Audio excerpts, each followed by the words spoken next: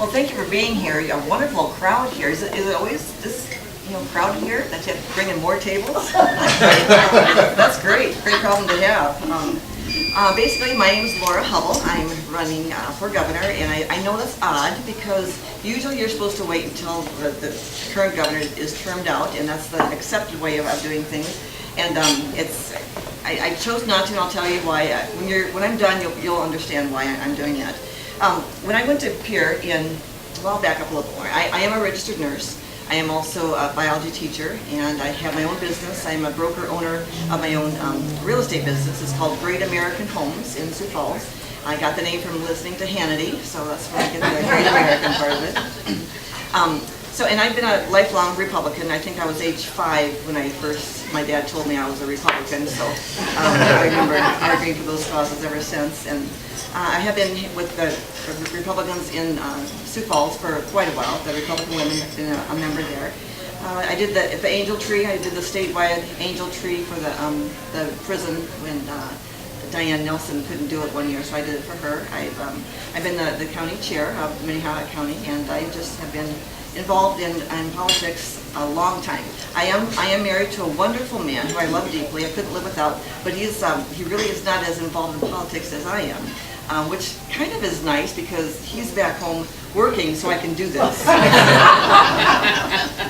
But actually, one of the reasons why I am involved in the healthcare issue is because of him. Even though I'm a nurse, I started in Vermillion Hospital when I was 17 years old, and I worked in the office of the hospital there. So I did not ever want to. My claim to fame was never to be a health insurance expert, because I was going to be a doctor, I was going to be a science teacher, I was going to be a research, So when I started, doing filings and claims and codes and that kind of stuff, I just thought, oh my goodness, is there more to life than this? That came in handy. I also, at one time, was a third-party payer nurse, or a managed care nurse, and that's where I think where South Dakota went wrong several years ago. In fact, I remember coming across the table to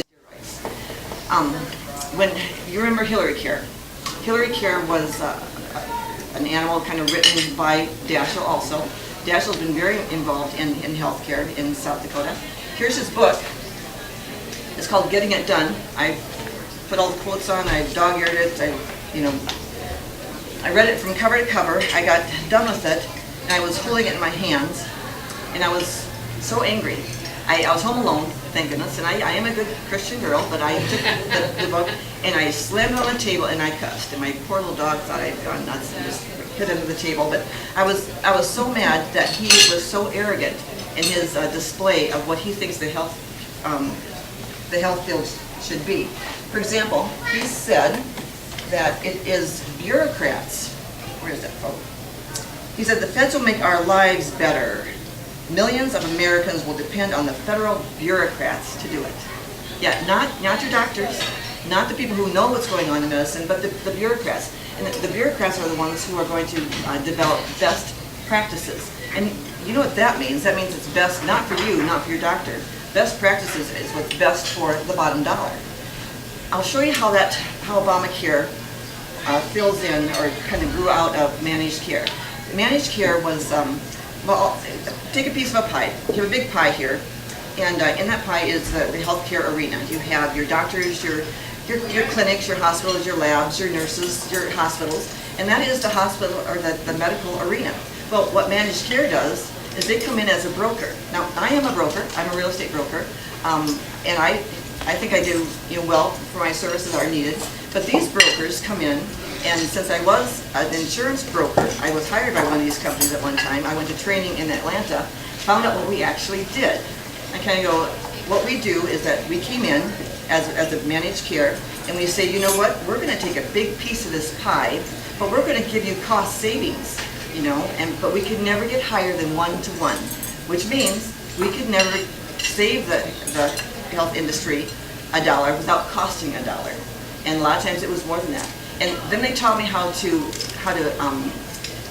value my costs. And the value of the cost was very strange, I thought, because it was kind of arbitrary. A phone call, charged between $15 and $45. This was several years ago. For a phone call, I said, it took me 3 minutes. Well, just do it because that's the industry standards. And so I was very distraught. I only worked there 6 months because I realized after 6 months what we were doing. We were actually being a parasite on the system. We were causing everything to be more and more expensive. So you're seeing healthcare costs rise with managed care because you have to pay these brokers, you have to pay these agents, these parasites in the system. Now with managed care actually uniting with insurances and uniting with government, so you have public-private partnerships in the healthcare system now. You have government now, not just industry, not just managed care. You have them joining together, and now they're in this healthcare system. Do you think that's going to lower the system, the healthcare costs? No, you have government and layers and layers and layers of bureaucracy in the system, and that is just driving up the cost. Now, your costs. Anybody have any increase in your health insurance last couple of years? Oh, yeah. I'm sure.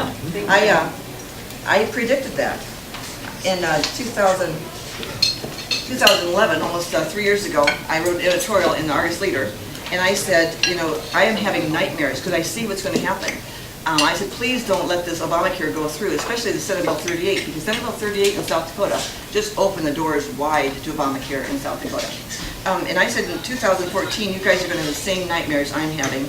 And indeed, had there been those 37 laws that were taken away from Obamacare that didn't give us quite the suffering, when those get reestablished next year, we are going to have horrible nightmares with our health care next year. You would think that South Dakota would stop this. That's not the case. When I went there, I brought the health care nullification bill. I changed it to interposition because a lot of people didn't like the word nullification. But that was killed. Every bill that has been brought to PEER that was there to stop Obamacare has been killed. And I thought, this really can't be, because we're Republicans after all. Republicans don't like Obamacare. That is, unless they get money for it. And there's a lot of industry in South Dakota with Republican blessing that gets a lot of money from Obamacare. Hospital associations. Hospitals are going to become what they call accountable care organizations. What these accountable care organizations do, for example, right now my husband, when he treats you, he will, his check comes to his office or to his account. Not when this gets fully implemented. When this gets fully implemented in South Dakota, those checks are going to go to the accountable care organization, the hospitals. Now the hospital is going to say, oh, here's your check, Dr. Hubbel. Now, are you Obamacare compliant? Are you a meaningful user of this? That's a term they use. A meaningful user of this system? Have you crossed all your T's and dotted all your I's? Oh, and here's your check. Oh, wait a minute. We're going to ask the patient if they got well, if the patient thinks that you deserved your check. Can you imagine the paperwork that's going to go with this? Now, my husband can actually be fined if he doesn't check all the boxes. For example, if you go there and T3 in your middle back is out of place, he'll put it back in place, but a lot of times those muscles there are pretty tight. So he'll want to put ultrasound on that area. He could get fined if he put ultrasound on that area. He's got to go 2 segments up or 2 segments below to do the ultrasound. Otherwise, he could get fined per a bureaucrat. Per a bureaucrat's best practice. These best practices are not done by the doctors at all. These are done by bureaucrats. Okay, now why am I challenging Governor Dugard because of what I just told you? Because here is our exchange that we don't have. This is from 2010. This is off the internet right now. You have to do a web archive search to even find it. What this says, it says the South Dakota Exchange, the one we don't have, okay? South Dakota Exchange from healthreformsd.gov, exchange, functionality diagram. We have a place where it has, right in the center of this is the individual mandate. I'll pass this around. This is 2010. I didn't even know what the individual mandate was back then. Here's what it says, the feds, the Health and Human Services, we interchange with them per our health information technology. We go right to the IRS, right to Homeland Security. All of your information is going to all of these organizations, not organizations, federal agencies. And here you have the navigators. A lot of these new jobs we're having, these new jobs are navigators. These are Obamacare people that are putting in data into the Obamacare system that basically we set up, and we have all the moving parts to it. You've been told that we don't have an exchange, yet that's not, if you listen carefully, that's not what was said. What was said was that we have not voted on an exchange. We have one. There's 3 different ways an exchange can come into a state. One is by legislation. 48 states have legislated an exchange, up or down. South Dakota has not. South Dakota's exchange came in through executive order or department declaration. I had a bill that said, if we're going to put in an exchange, I I want to go through the legislature so that the people know what's going on. Well, no, that got defeated also. But we actually have her Senate Bill 38, which I said was our Obamacare bill in South Dakota. It is written, and here these you can't find on the internet either anymore, but this is the Health Insurance Exchange Task Force meeting. Okay, this says that in August 16th of 2011, Governor Matt Michaels said in the overview, we will continue to advocate for the exchange.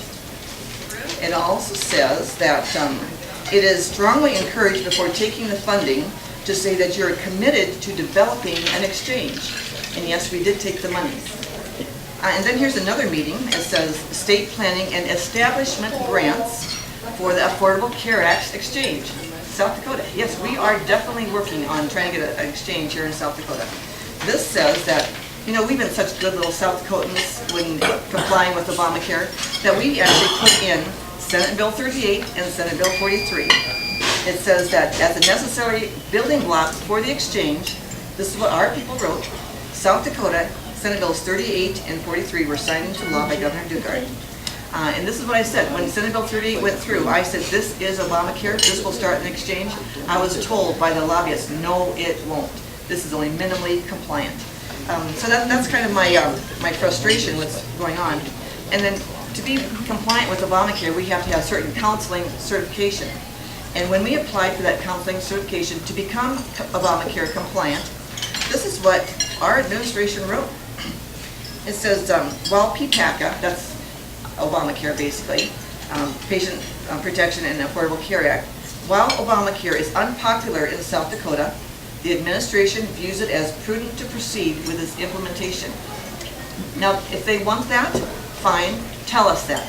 Don't tell us the opposite and do this behind our backs and then close it off the internet and then wipe it off the internet. So you have to do a web archival research to get it. So that's my reason. I know that if I was in there, Obamacare would not have the foothold it does now. First of all, Obamacare is not compliant with our South Dakota Constitution. It's not compliant with a lot of our laws. We had to change our laws in order to get it. In fact, South Dakota, I went to Aberdeen. Since my husband's chiropractor, the State Department of Health invited us up to Aberdeen. And the State Department had MetaCity there, which is a big software company.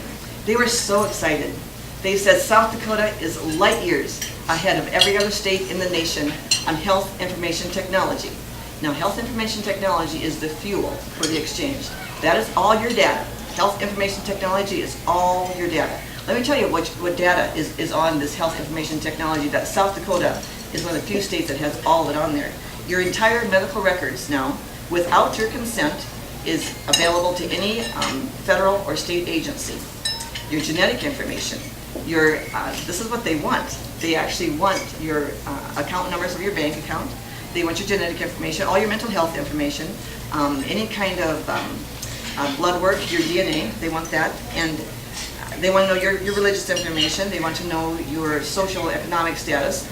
And the reason why I found this out, they wanted all this data, is because I went to Sanford. Now, Sanford is very much on board with Obamacare. In fact, Kelby Kravinoff at the Promise Lab conference said, it doesn't matter what your politics are, but we cannot repeal Obamacare or Sanford will have to go back to the drawing board. So I said, what? So what they want all of your information, because your information is a commodity. It's pretty much, there's a lot of value to information. I often say there's no way I can divorce my husband because he knows everything about me, you know, and because you know how messy things could be. But I love the man to death and I would never divorce him, but if that were ever the case, my goodness, my husband knows everything about me. That's fine. I don't want my government to know everything about me. That is none of their business. But what happened is that our State Department of Health told me when I was at that Aberdeen conference that the way we got your information to be passed around without your consent is that we put your electronic medical records, of which South Dakota is #1 also, into your community health records. And because your community health, if you're a nurse, you understand that community health records, there's no consent there because that's where your vaccines records are stored. That's where if you have a serious disease, like a communicable disease or a third world disease, that all that information is stored in there. And that is, you know, they have to know that. But what they did, they just put your electronic medical records into your community health records so you don't have consent anymore. I asked, how did you do that? I said, because I was in the legislature at that time, and I said, we didn't vote on that. He goes, oh, no, this is the Kevin DeWall from the Department of Health. He goes, we just decided that. And I said, we did. He goes, yeah. He said, we talked it over with Marty Jackley, and Marty Jackley said it was okay. Well, so I called Marty Jackley and talked to him about it, and emailed him actually, and he said, no, we didn't do that. He said, the only thing we did that I remember is we allowed for electronic signature of your medical records to be as good as your actual signature. And so he told me I could, go further with that information, but I just kind of dropped it. But so that was my years, kind of in a nutshell, on Obamacare. And another thing that bothers me is that I'm looking at Common Core now. When people started talking about best practices in Common Core in education, I kind of go, I know what that means. That means a bureaucrat is determining best practices. So it was a pretty easy, shift for me to go into the Common Core arena. And our governor currently is 100% on board with Common Core. And I'm going, I am not. I invited him to a conference I held in Sioux Falls. I invited Dr. Sandra Stotsky. I invited Jenny White. She's the data mining expert. Sandra Stotsky has written curriculum for Massachusetts, the highest in the nation for her area. And she came to South Dakota on my dime, and I invited the governor. And the governor said, no. He said, I really don't think that you should be inviting outside people to South Dakota, and maybe you should just look further into Common Core because it's a very good deal.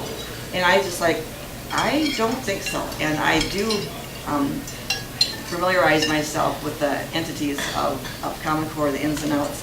Common Core actually is to education what Obamacare is to healthcare. It is a top-down, do it my way or the highway. There's very little innovation. There's very little ways of getting loose from that system. My plan is, I've been researching it and getting legal information from people all over the country from last year on how to actually stop Common Core as soon as I get in office. And that is my phone, I think, so I'm sorry about that, just ignore it. But I will be able to, for this legal advice to stop Common Core, I believe, just as soon as I get in there. And I will. I think this is the most detrimental aspect.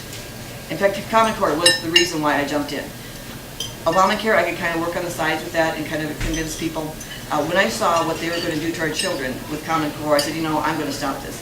4 years from now, 4 years of a child under this Common Core situation will be too late for some of these kids. That's why I jumped in when I did. That's why I did the wrong thing with, the protocol is I didn't wait for 4 years, was because of Common Core. I knew it had to stop now, and that's why I'm here.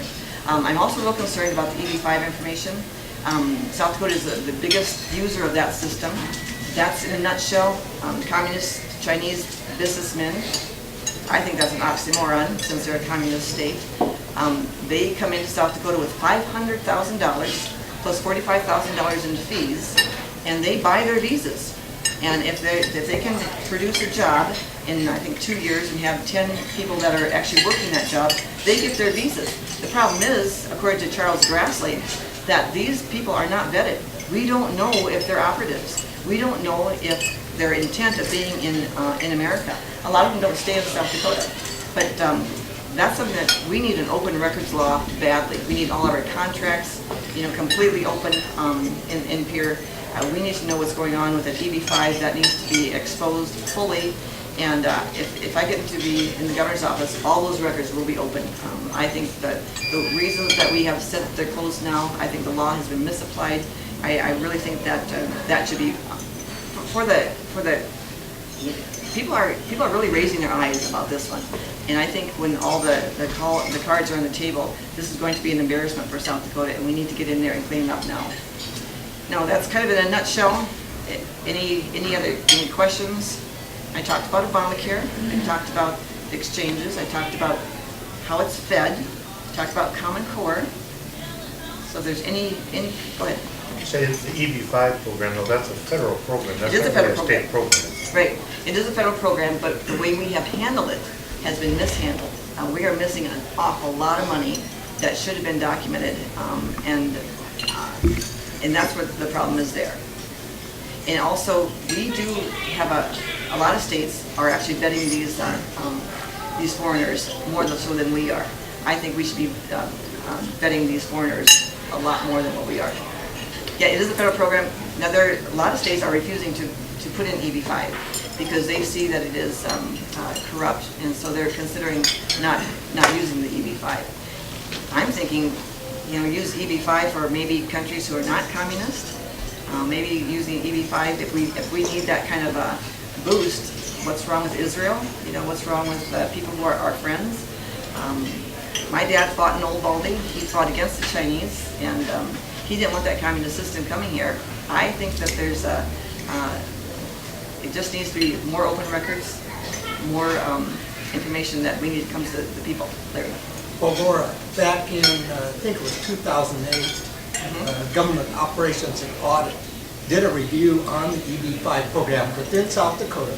Yoke Bowen was brought in, and we were provided all of the entities that had received the dollars at that point in time. Now, most of the dollars at that time came from Korea, Right. South Korea, not communists. And they're mostly dairies at that time. Most of them were dairies, also the poultry plant at Huron. At that point in time, that's when Mr. Bowen decided he wanted to put more money up into the beef plant and also out to Deadwood. But at that time, he also was separated from the state. Yes, and the So he became a immigration- private regional center. Even though the Immigration Services has the Department of Tourism as our regional center. They Now- still have that as our regional center. No, the regional center is private, except Right. back now, it's the Governor's Office of Economic Development has taken it back. Right. The other thing, the only thing that's been sealed as far as records is the death of former Secretary Bender. Right. That's the only thing that's been sealed, and we'd have to go through some special hoops in order to get that open. We can't bring him back to testify. He's the one that knows the answers on what happened. Right, but they say they can't open the records because of his next of kin. Now, I think that law, that decision was misapplied. I think that they could have enforced that. People, that really bothers people. When you relay that story, you get the eyes rolling and you kind of go, is this South Dakota or is this Chicago? So to clean South Dakota off, we need to get to the bottom of that. I mean, if there's nothing to hide, open up the records. On a different subject, or if I may. Sure. Okay, South Dakota is reliant upon about 78% of our electricity comes from coal. So what do you propose to do to ensure that Natural gas. the EPA, those standards, we're not going to be able to meet them? Right, And how right. do we then convert My dad- 78% of our Okay, energy my from dad was coal? a geologist, okay, and in the 70s, Dad and I had these talks about South Dakota. And that's one of the reasons why I went into legislature, because I knew from my dad's research that South Dakota could be an energy producing state. We are not, and I think that has to do with the balance of power in South Dakota. If you put the energy moguls in South Dakota, you would disturb a lot of the healthcare arena power base. And I think that's one of the reasons why we don't have the energy in South Dakota like we should. We could have natural gas, we could have oil. I'm a little leery about the pipeline. I tell you why. I know that's a big Republican issue, that pipeline, but you realize that Canada is using eminent domain on our people's land in South Dakota to bring the pipeline down. And one of the things that they tried getting the pipelines through was through this EB5 program again, where you'd have Chinese investment to bring in a pipeline from Canada. And I thought, well, that pipeline might be good. I said, so we can tap into it, right? Oh, no, you can't tap into it. I said, well, if we have a refinery, can't we hook up to the pipeline sometime? No, you can't do that. I said, well, we produce ethanol here. I know that they can put like different places, spacers or whatever, between the oil and the ethanol, and then transfer that. No, can't do that. So then really what good is us having a pipeline if we can't access it? And I kind of believe that is just a pipeline going from Canada through us. It goes straight to the Gulf, and the biggest purchaser of that oil is, again, China. Now, I really have nothing against China per se. What I do have against China is that they don't care about EPA or the environment at all like we do. They don't care about baby food. They don't care about dog biscuits. They don't care about sheetrock that's caustic. You've heard of all these products that we've gotten from China that have hurt America, and yet now we have sold Smithfield, John Morrell's, big, you know John Morrell's big, company here on the east side of the state, the pork producers. We have sold that to to communist China. So you really don't know now. I'm saying that the beef that goes there is now going to be processed in China. Are we going to get the same beef back? You know what they do? I'm sorry, not beef, pork. The pork goes to Smithfield. Then it could go to China. Same way with our poultry situation. Our poultry now can actually be raised here, go to China, be processed, come back, and it'll say on the package, made in the United States. Are we going to get that same meat back? Are we going to get any kind of tainted meat back? China has not had a good record in helping us. You've heard about the baby food that was tainted. You heard about the lead that was in children's toys. You've heard about the caustic sheetrock. I don't trust China, and I don't know why we're dealing with them when we could be dealing with other people. That's my opinion. Yeah, I know there's others, but that's mine. Now, on Obamacare, how can you prevent people in South Dakota from signing up on the federal exchange? Yeah, you really can't. And you can't. And then, but right now, we have a situation where the doctors are being swallowed up by Samson and Rivera. Got an answer. And if they're not in the system, I know. But there's no requirement for physicians to even file for insurance. I mean, they could just go independent clinics and just say, we don't handle your insurance, it's your problem. And some of them do. Right. And will more of them do that? I got a great answer for you that I just found out. It's called American Associations of Surgeons and Physicians. Physicians and surgeons. And I went to their meeting in Minneapolis, all doctors again, and I met a gentleman there, his name is Merlin Brown. Merlin Brown, he's a cardiologist from Minneapolis. He has invested $800,000 of his own money in 3 years in developing a system that is kind of like Medicare. There's a Part A, Part B. It uses, just like you said, private doctors. If my husband could just, without the mandates from the insurance companies, without the mandates from this pre-Obamacare stuff, he could give you the best, service possible for very little money. I mean, a third of his time is just paperwork. He's there till 7 o'clock at night, just writing that paperwork and filing it. So yeah, there's a whole group of doctors who are doing just that. I've actually invited him. I've invited 3,000 doctors in South Dakota to listen to him speak on how to get that program in South Dakota. It's 100% Obamacare compliant. In fact, he's looking for investors. If anybody you think that this is a good deal, it's called Solarte, SOLARTE. If you want to look it up on the internet, he said that he has gotten doctors where they will just pass on their savings to their patients. One example he has is that there's a shot that costs $200 if you were to get it in a clinic that has all these parasites and bureaucrats on the system. He can get it for 24 cents. Okay, that's the extreme. But can you see where your costs would just come way down? Now, I am hoping that I can restrain Obamacare as much as I can legally through our own, processes here, and have that program, proliferate. Hopefully to kind of like wean people off of Obamacare. Obamacare, you realize you cannot have charity care in Obamacare because it fights against the Obamacare system. In this system I'm talking about, yes, there absolutely is charity care. So that's my answer. And yes, that's something that is really, I think, going to be up and coming. I don't see how you can stop people from signing up for that insurance. You can't. And doctors can opt out if they want to. It's difficult financially to do that. It is. But they do have that option. And that's why I want to get this program going. We're not going to deal with insurance. You file your own insurance. Right. No problem. Right. Which would make sense. You do the paperwork yourself. Right. And this actually has a network in it too, where all the doctors have to have their prices posted. And then that's what you pay. You can actually go shopping for your own MRI or lab work. For example, he said the people who are on the system now, they can go shopping for an MRI. They can pay from $350 for the same MRI that other places charge $1,300 for. So that's the cost savings that we're talking about with this new system. Any other questions? I can eat, or I can talk my mouth full too if you don't mind. So.